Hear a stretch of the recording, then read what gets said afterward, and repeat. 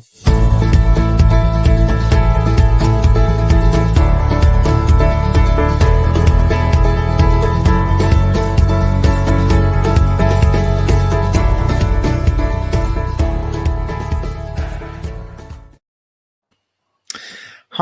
and welcome to another live Q&A. I've got Maciej Kautz with us from, he's in Poland. How are you, Maciej? I'm good. It's sunny, but it's not warm. I'd say in between 5 and 10 degrees today. How is the UK? Also, we're a bit more. I think we may be sort of 12, 13. Okay. We're beating it today. We're saying goodbye to the winter. and I'm glad to see you in another season, because the first one we saw each other, that was a real winter. Yeah, we certainly did. You're right. And what I'm loving is the blossom on the trees. Haven't had the time to smell the roses, if you know what I mean, but I will eventually get there. So welcome everyone. If you're listening, welcome if you're watching. We're live on LinkedIn, we're live on YouTube, we're live in the Facebook group, the Yorkshire Business Club, and if you're listening on the podcast, then it's great to have you here. Thanks for joining us. Today we're going to be discussing how to be an amazing host, whether that be in the real world, hybrid, or virtual. We're going to tap into Maciej's experience. So Maciej's been worked in TV, worked in radio, and also is an MC on many different events.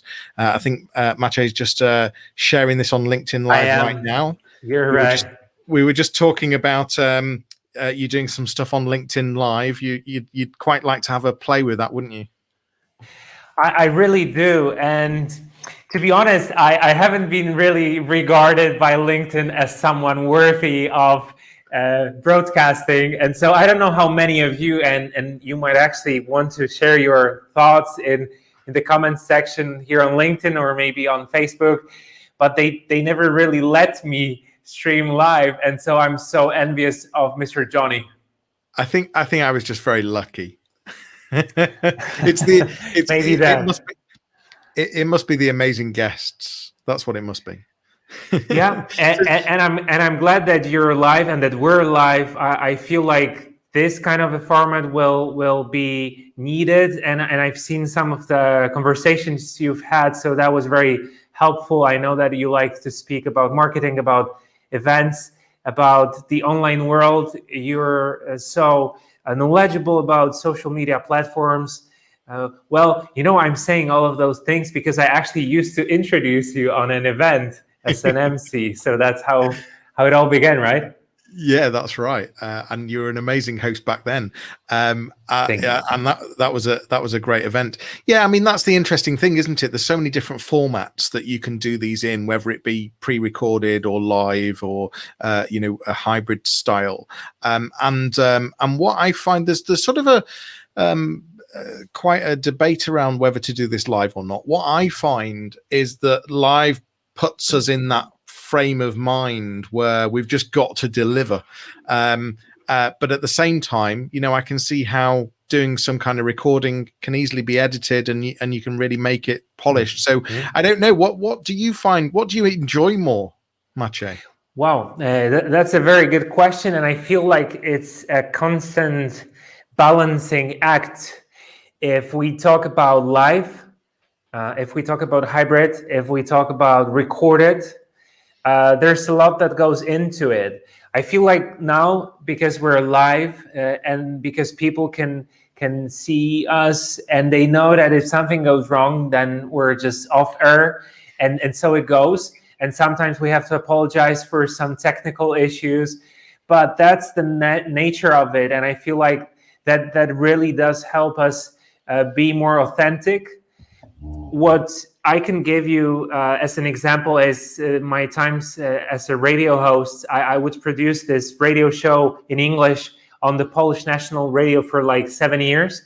It's still on there, but I found my successors to really focus on organizing events.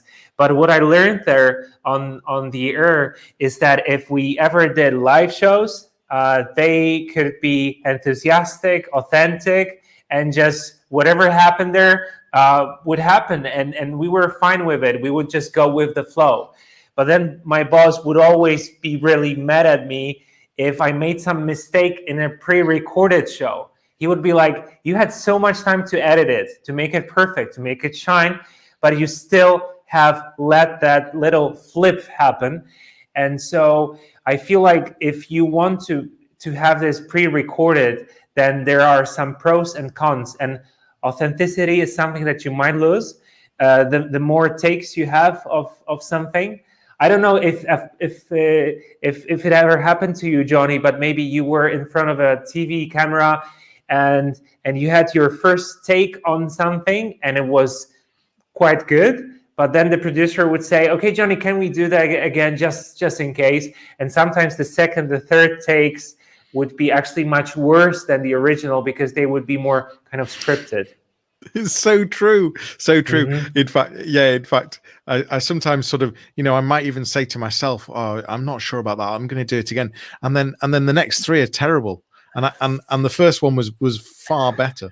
So, and I don't know what that has to do. Maybe our nature that if you start to think about doing something instead of just doing it, that's when things get complicated. And I feel like psychotherapists could probably explain a little bit more of that. But sometimes when we really want to make it so perfect, then we actually lose it. And so that's maybe my hidden advice to event planners, that if you organize an online conference in this era, then it really is great if you let it all happen naturally. And so have everybody there live instead of pre-recorded, because our viewers can certainly see that, they can hear that, they will feel it. I don't know how to describe that difference, but it's so obvious. Not to mention the fact that if you've pre-recorded an event, then there's no way you can interact with your audience. And so then you're not just competing with other conferences that are live at that very same moment, but you're actually competing with Netflix, HBO, and whatever else, because they've got a lot of pre-recorded stuff with actors who are great at that. Yeah, and I think you're right. You can tell, because as a delegate, as a viewer, as a listener, right, I sort of get disappointed if I turn up on time to something and then find out that it's pre-recorded. I sort of feel a bit cheated in a way. I agree. Yeah, and whilst it's very polished and it all looks really good, I sort of think, well, you could have just sent me this on a link and I could have just watched it in my own time. Yeah. What's the sense then to be right on time? It could be just a VOD thing, right? What's VOD? Sorry. That's video on demand. Video on demand. Video on demand. You just upload that somewhere as a link on Vimeo or YouTube, and that would be it. Absolutely. Yeah. Sorry. Yeah. I totally should have known the term VOD. Sure. And I totally should have known how to pronounce Vimeo. Is that the Vimeo? way? Vimeo. Listen, okay. Listen, your English is very good, and you don't need to apologize at all. All right. Thank you, sir. I can't say a single word in Polish, so you beat me hands down. Talk to me about the so did you start radio first and then TV? I did. I was in my senior year of high school when I auditioned for this academic radio station, and so it was academic, meaning that it was just for students of universities. So once you're like 19 years of age, but I had such a huge deep need to try to do something that my former idols would do, that I wanted to start developing my craft very soon, very early. And so I would somehow juggle between school and work at the radio station here in Poznan. That's a city in the western part of Poland, like I'd say just halfway between Berlin and Warsaw. And so radio was the first thing that I did, but I'd say that it's taken me quite some time to actually get used to that, to being responsible for there not being a single piece of silence, of quiet on air, because you know how much that's worth.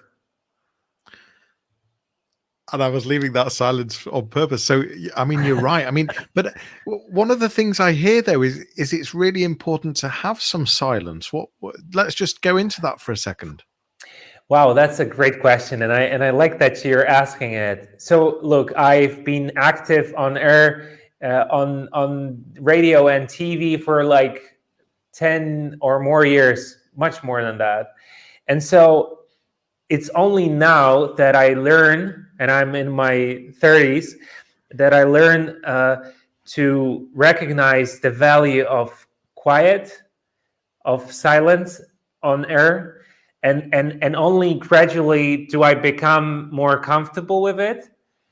But I feel like for such a long time, I could not imagine that happening. It's like if you don't feel comfortable with somebody that you don't know, let's say you're on this job interview, and this recruiter is really letting you down, or maybe just having too much awkwardness between you, you really feel every second of the silence so much more than you would have with your friend or with your partner.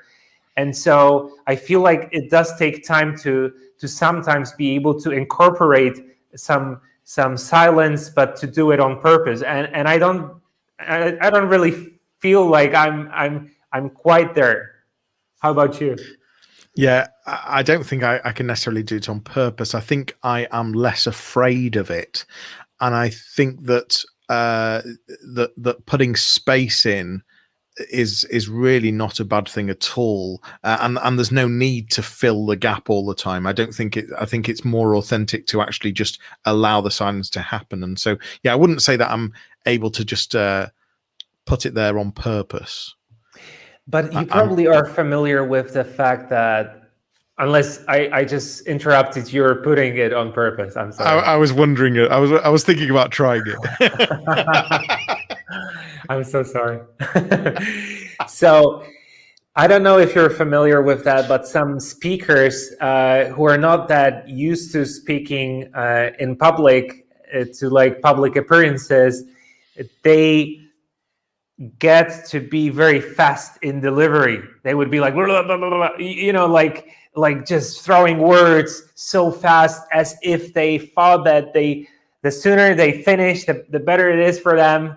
And only once you get some experience, you start to feel more comfortable on the stage, and then probably you don't have to run so much. And what also really matters is that I think you think of your speech, whenever you say that, wherever you say that, as this kind of a story that you build. And so sometimes there would be moments when the action goes really, really fast, and it's getting so exciting, and everybody's waiting what's going to come next.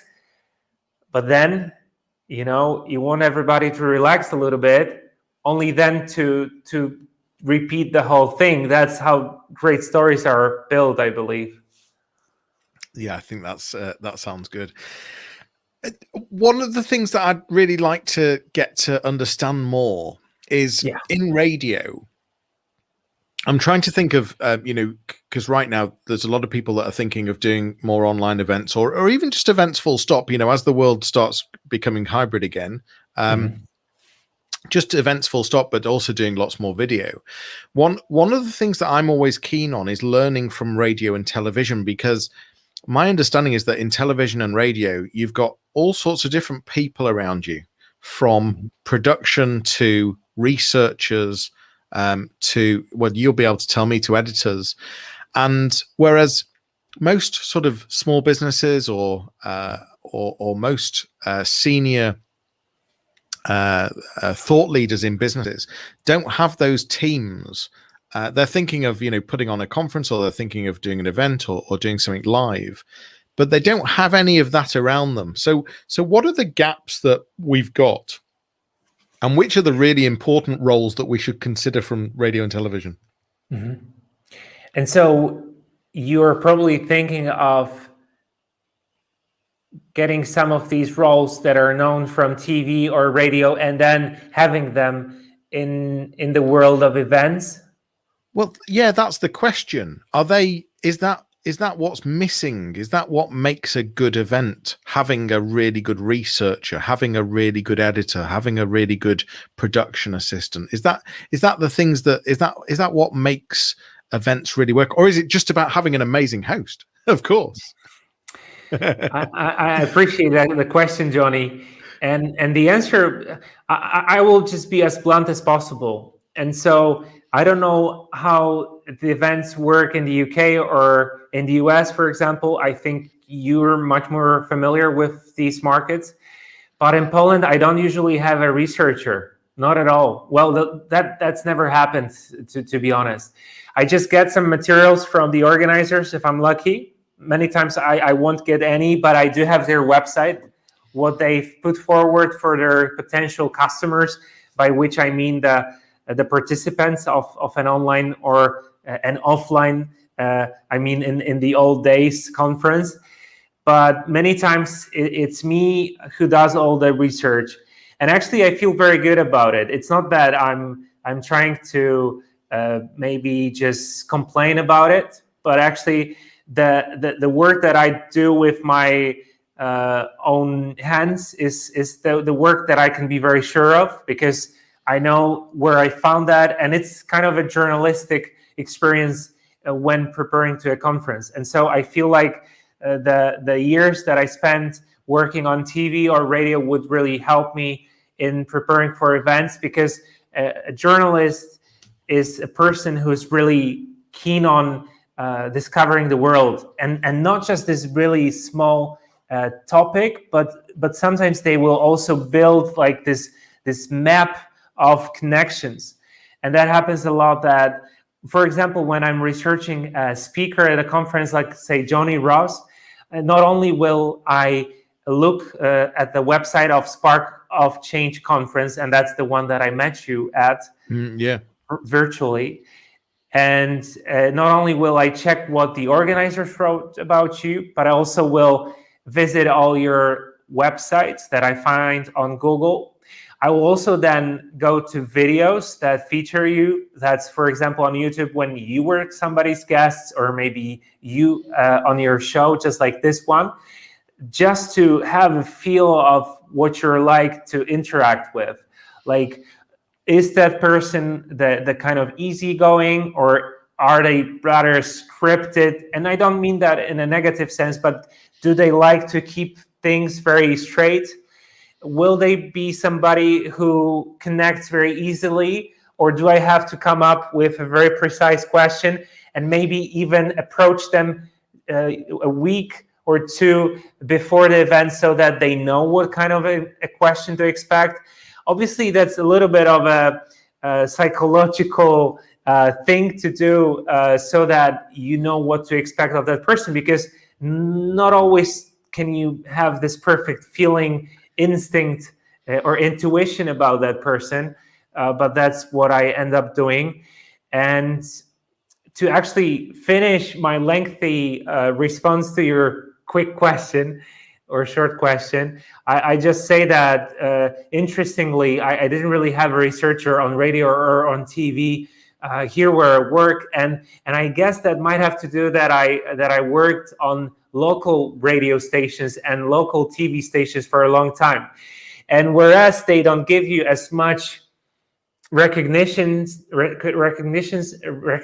excuse me, as national media would give you, they make you do all the work that's there. So it's not just finding the person that you want to interview and then interviewing them, but also editing that, and then even promoting that on social media. And then by editing, I mean you actually use Final Cut or Adobe Audition, for example, or software like that. And so you have this comprehensive learning time of all the things that a journalist could do. And so obviously that has pros and cons. Well, I think what you've done there is made the point, which is around, okay, so maybe you didn't have a researcher because of local, but how important research is. And right. I think a lot of hosts, a lot of event organizers don't always consider how important the research is, because I think it can make or break the experience of the event. Would you say? Mm-hmm.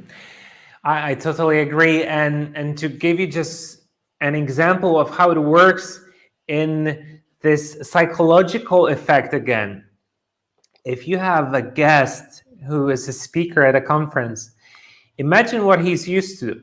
Usually they would be used to MCs that just tell the audience what their name is.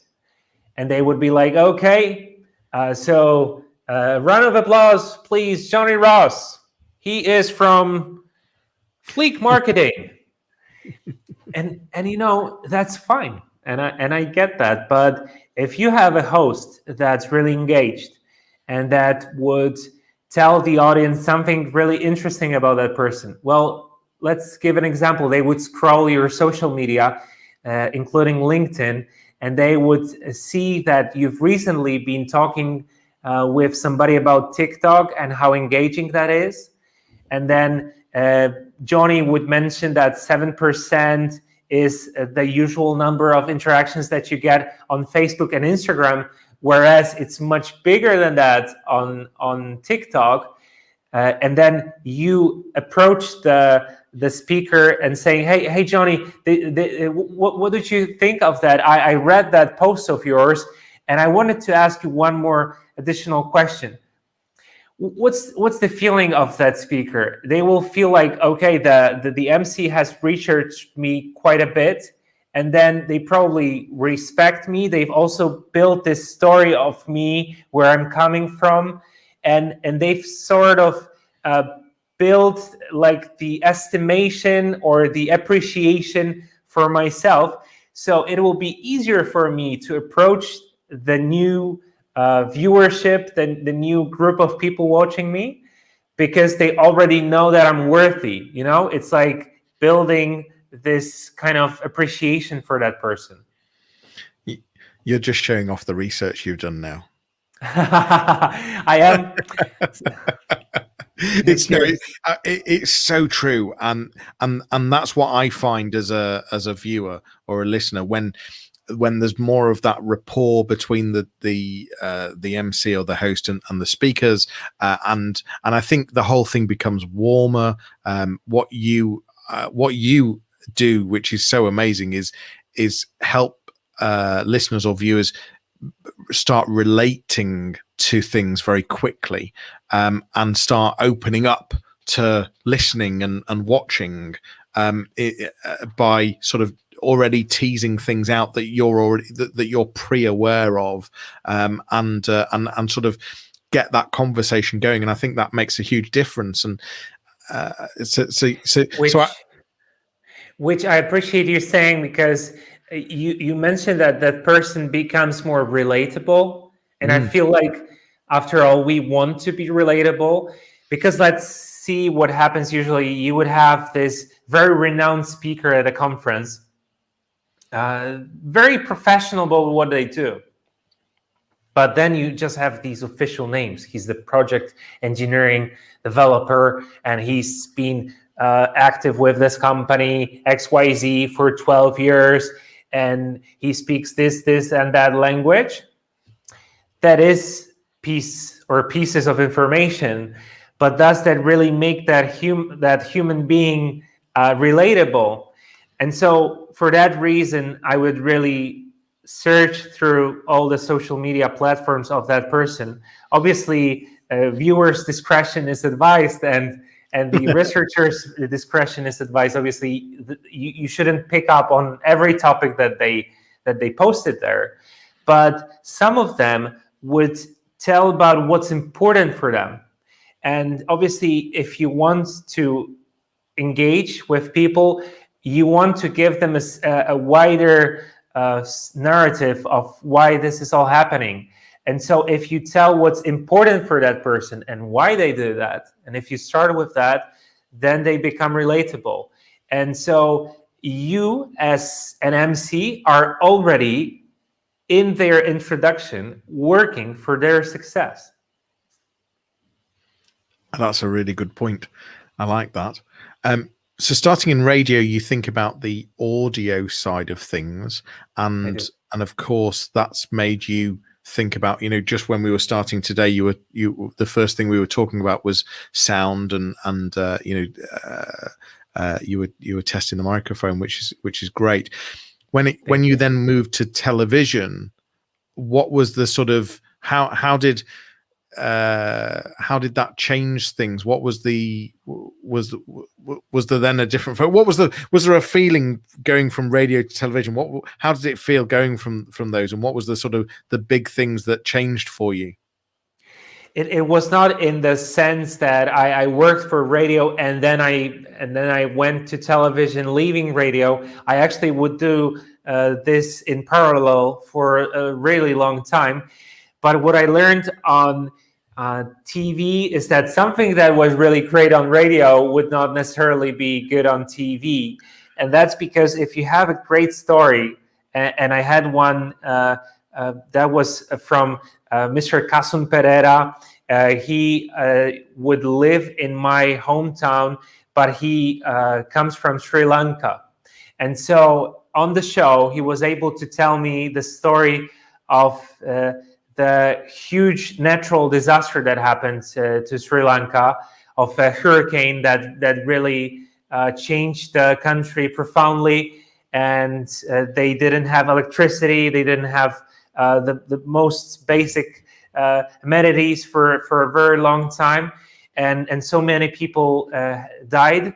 And so the way he told the story involved his relatives. It involved the feeling of it.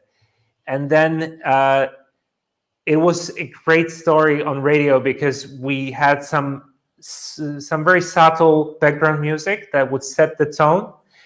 It was us two talking. It was very emotional.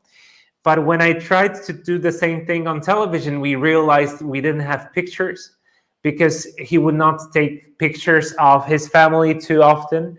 And also because he's come from Sri Lanka to Poland, he didn't take all these picture albums. We also did not have the copyrights for some news coverage that happened on that time. And so to have that story told on TV was not easy. That's why podcasts are becoming so big, because if you have a big story, one that's really emotional or just worthy of attention, then you don't have to worry about all these special effects and if your haircut looks good, and if somebody doesn't have that problem of their face with those little things that show you that you didn't have makeup on, you can just concentrate on the story on the radio. Whereas on TV, you have to do it much quicker because attention span somehow is much shorter. And you also have to think of, okay, will there be 2 or maybe better 3 cameras? Are you able to incorporate some special effects? Will you have some more guests just to make it more, exciting and so on? And will you have some video feed playing at that same time when he's describing the story?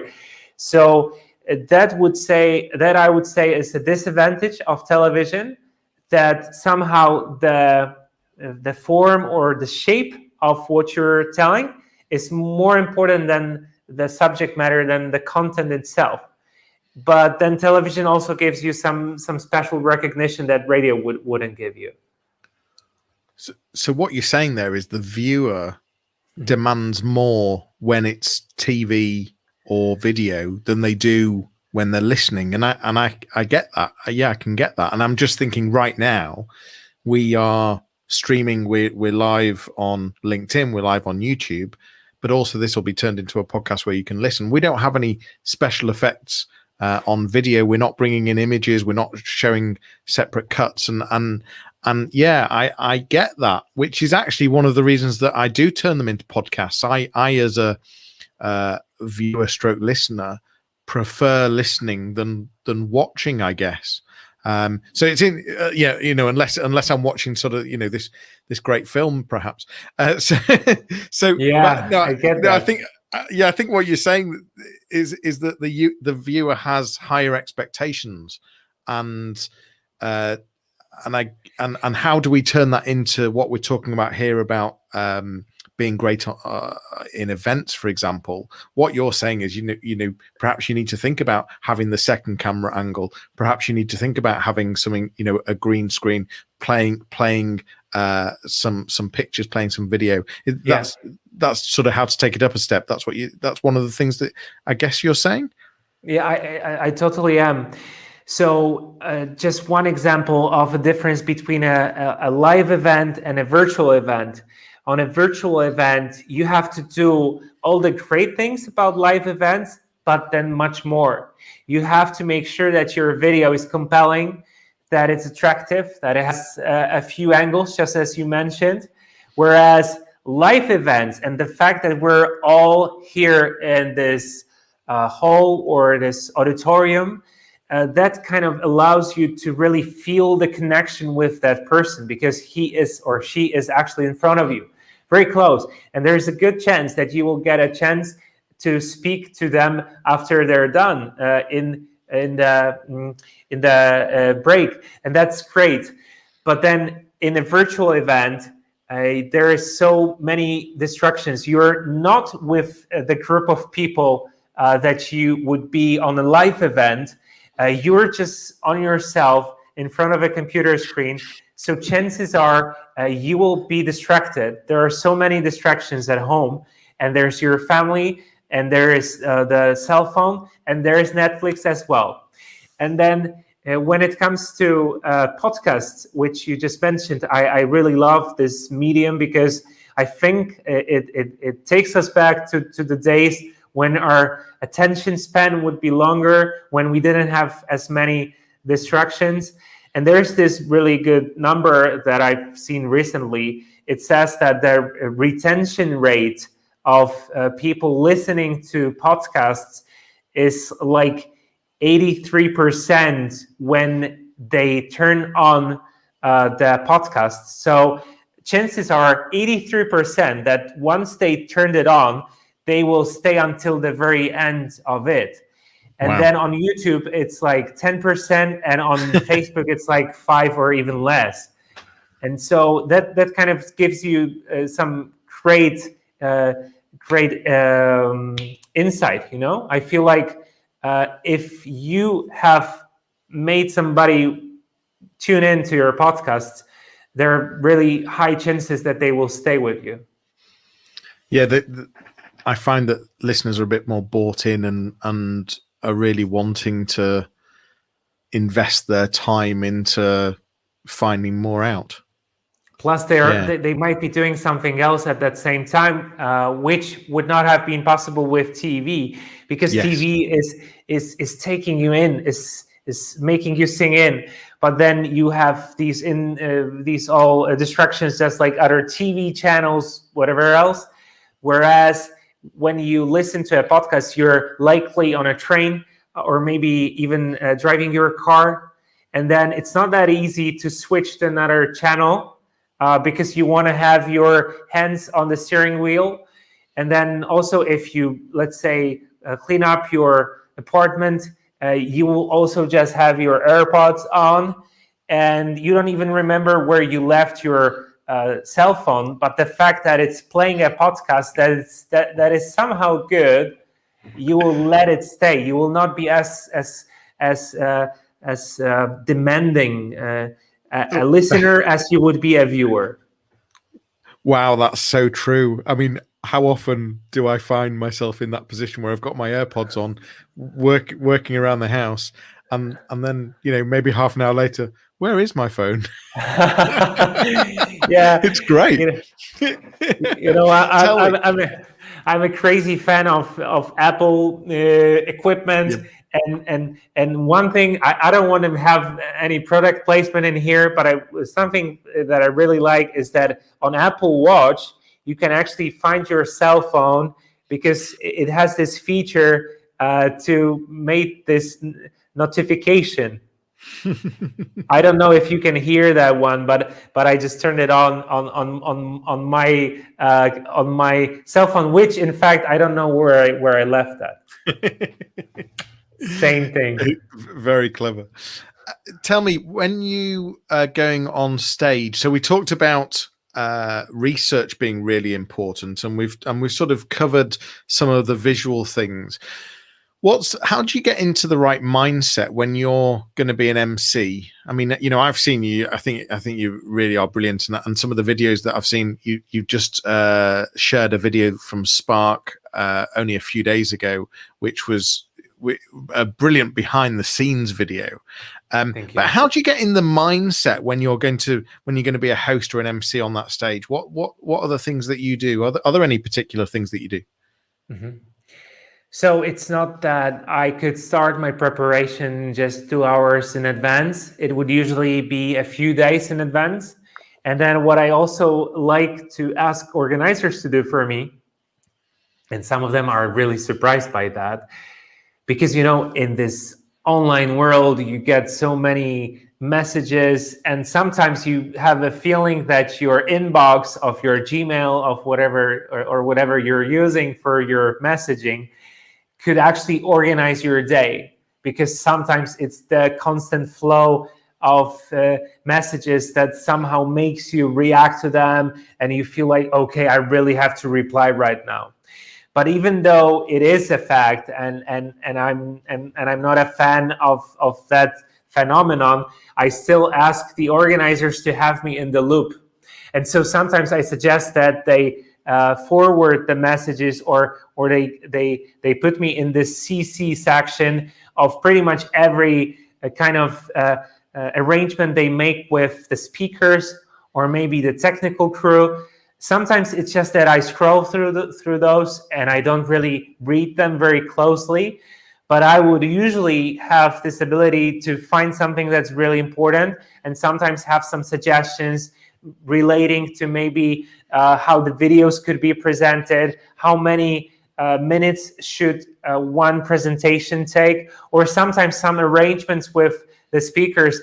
Many times I also ask the organizers that they let me contact the speakers, the stars of the event, because sometimes I would be able to approach them and ask them how they'd like to be introduced, but also maybe what topics should we be mentioning. And so having me in that online email loop helps a lot. Then I also do a lot of research that I've already mentioned, and that entails all the social media platforms. I like to arrive on the spot much in advance. And then last thing that I do is I always book hotels that are super close to the venue. And these days it's the studios. I don't know what the case is in the UK, but in Poland, many times the organizers have their studios somewhere in the suburbs, because that's, I guess, where it's cheaper to have huge buildings and huge studios built. And so I would find the kind of sketchy hotels, but just for the sake of being very close to where I need to be on the next day. I just try to get rid of all the potential threats to my participation in the event. I like the idea of just being around the corner, so that you're not relying on worrying about traffic or whatever else, because that can really build anxiety, and that can really cause you an issue when you're about to go onto a stage. Yeah. So yeah. I love the idea of removing that potential anxiety, and I think that can have a huge impact on your day if something goes wrong just on the way in. For sure. And I'm also a big fan of rehearsals. Sometimes some of my competitors, so to say, make their price different depending on on whether there is going to be a rehearsal or not. And obviously they want to have the price higher if there is a rehearsal or a few of them. And my policy is that it never really would shape the price, because I want to somehow enhance or maybe try to attract people into making rehearsals, because I feel like those are the moments when we can really check all the potential threats. It's our SWOT analysis, that we can do. And so I suggest that we organize them. It doesn't really change the price. And many times I suggest that we do it one day in advance, especially if the event starts early in the morning. I feel like gathering there a day before helps a lot, not just for the organizers, but to be honest, for me myself too, because I feel much more relaxed having known all the details, which camera to look at, which connection with which speaker can be at risk, or maybe just all the different video feeds that we will put into the online transmission. Those are the things that matter to me, and that's why rehearsals are really necessary. Well, I'm interested in how you moved from TV and radio, because a lot of what you're doing was journalism. You've now moved. Do you miss that? Are you still doing some of that? I know that you're still helping students. You're a guest lecturer at SWPS University. I'm guessing very good research. I'm guessing you'll be bringing in some of your journalist skills there. But what is it about live events that you really enjoy, and more so than the journalism?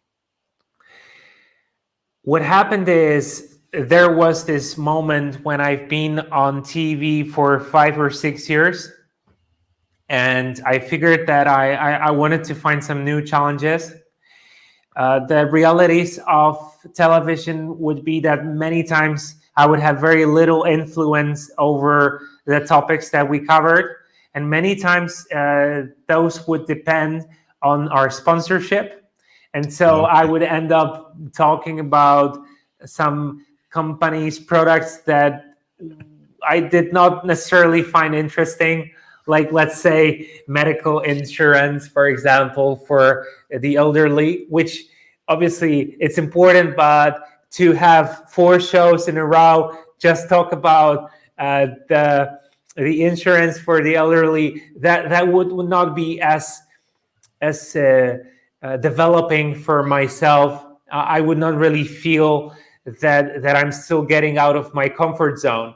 And so to do just that, to go out of my comfort zone, I started participating in some events, and how that happened is actually natural. People would see me on TV or hear me on radio. Many times my good command of English would help a lot, because they wanted to have their bilingual host.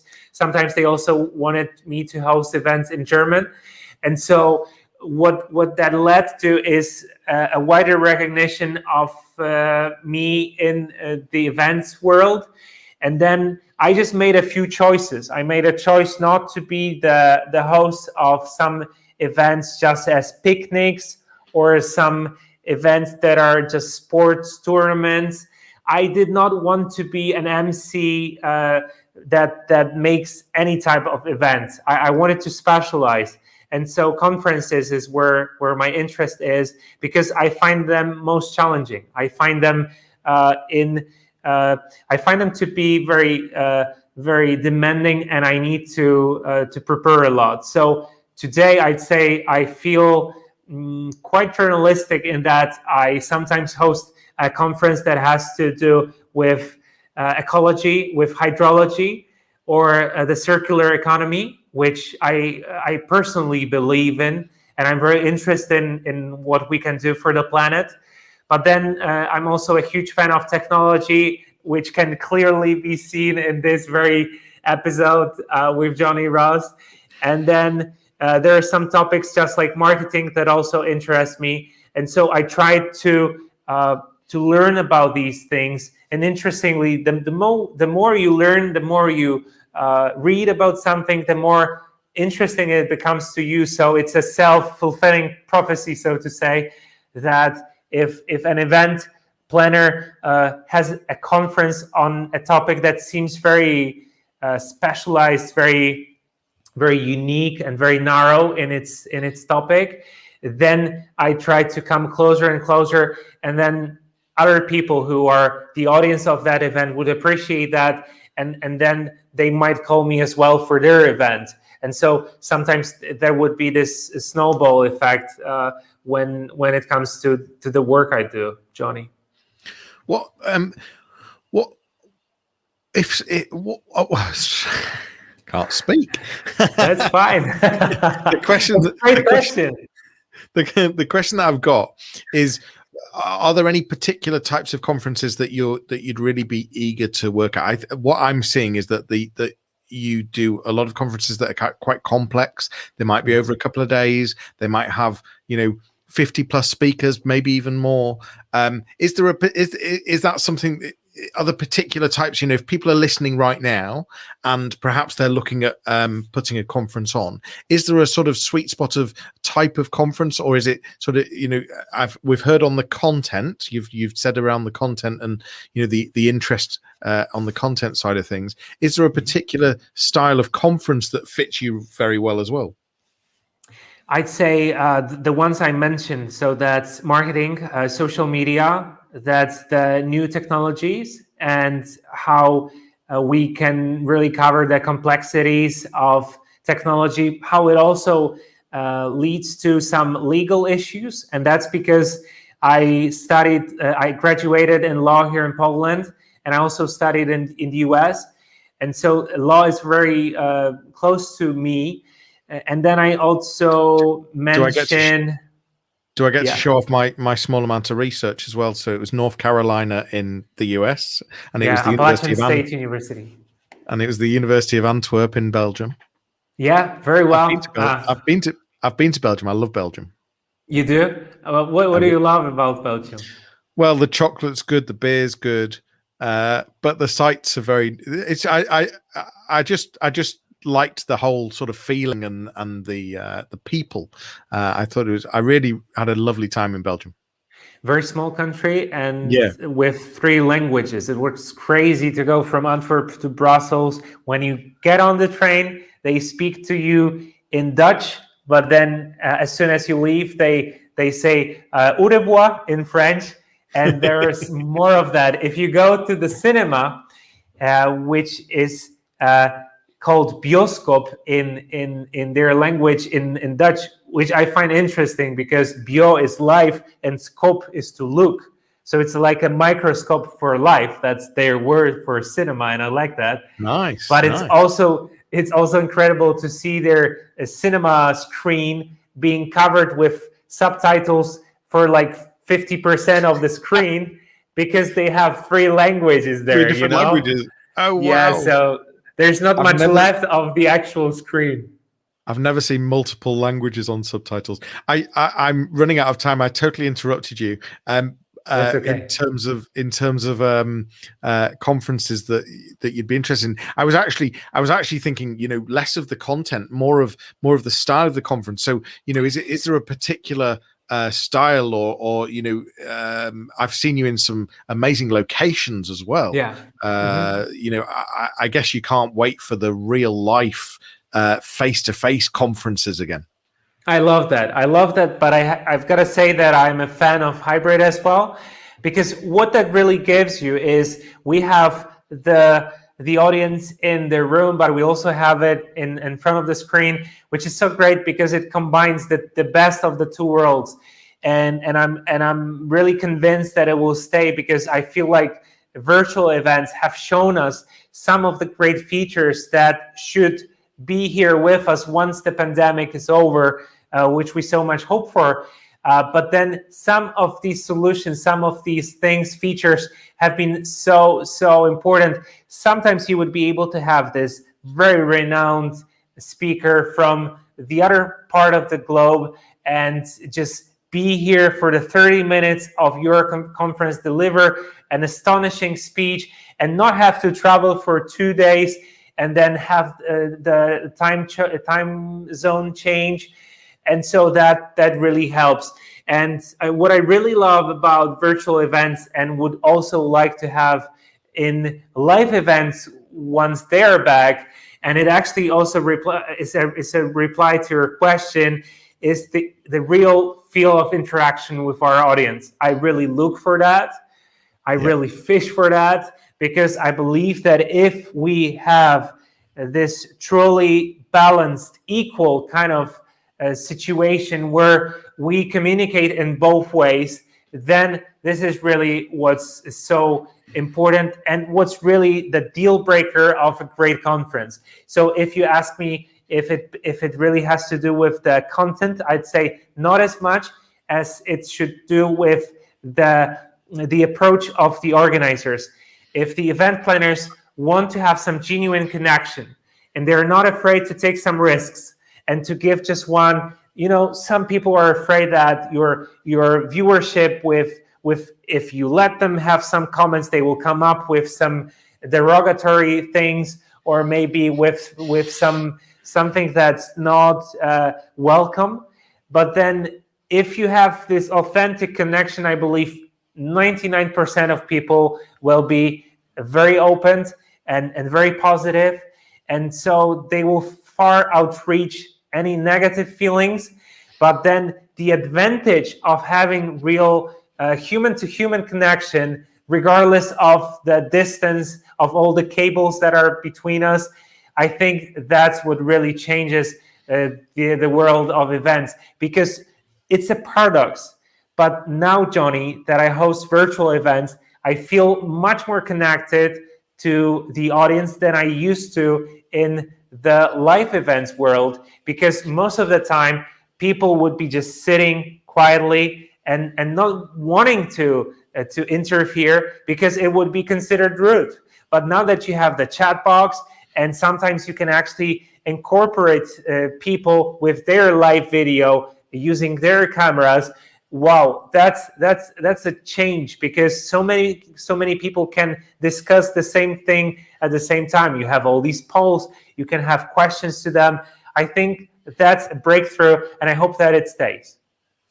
Yeah, I can see the difference of how an engaging conference could be in a hybrid form, and what I'm hearing from you is who you're interested in working with is forward-thinking event organizers, and sure. I think that's a big difference. And I'm confident that Maciej Kautz can do an amazing job at your conference. So if you're interested in speaking to him, I've put your website up on the screen there.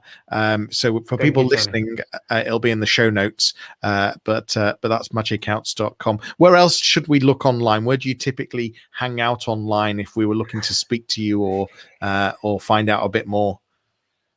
I just have this one piece of advice for somebody who's just listening and they don't really know how to write Maciej Kautz, my first and last name, which is half Polish, half German. I'd say what you can do is you go on YouTube and you look for a private tour of La Quinta Resort. And it may sound crazy, but I actually, on my honeymoon, I went to California, and actually I had a 2 months tour of the US.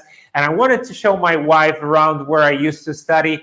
And so we went to North Carolina as well. But California, with their small town of La Quinta, which is really well known for their golf clubs and how huge they are and how beautiful it is there. It actually is a very warm place, but also with some wonderful nature. I feel like La Quinta is this prestigious resort that I had opportunity to show people around, and I did that with the resort manager. And so you can just go to YouTube and find this La Quinta private tour, and I feel like maybe that is something that you will be able to enjoy. And so I've done a lot of really nice videos, and so I'd say YouTube is the second opportunity or the second platform, Johnny. Brilliant. So if we can't spell your name, we'll search for you on YouTube. La Quinta. Doing private tours. Brilliant. I love it. I could chat for so much more. This has really been fantastic. Thank you so much. I've really enjoyed our conversation, and I really hope that we get to see each other at a future event in the near future as well. A hybrid event, so that we can finally actually shake hands. That would be nice. Absolutely. Thanks for listening. Thanks for watching. Please do subscribe if you'd like more of this, and please do head over to Maciej's website if you'd like to find out more. Take care. Lovely speaking to you. See you soon. Thank you very much. Bye-bye.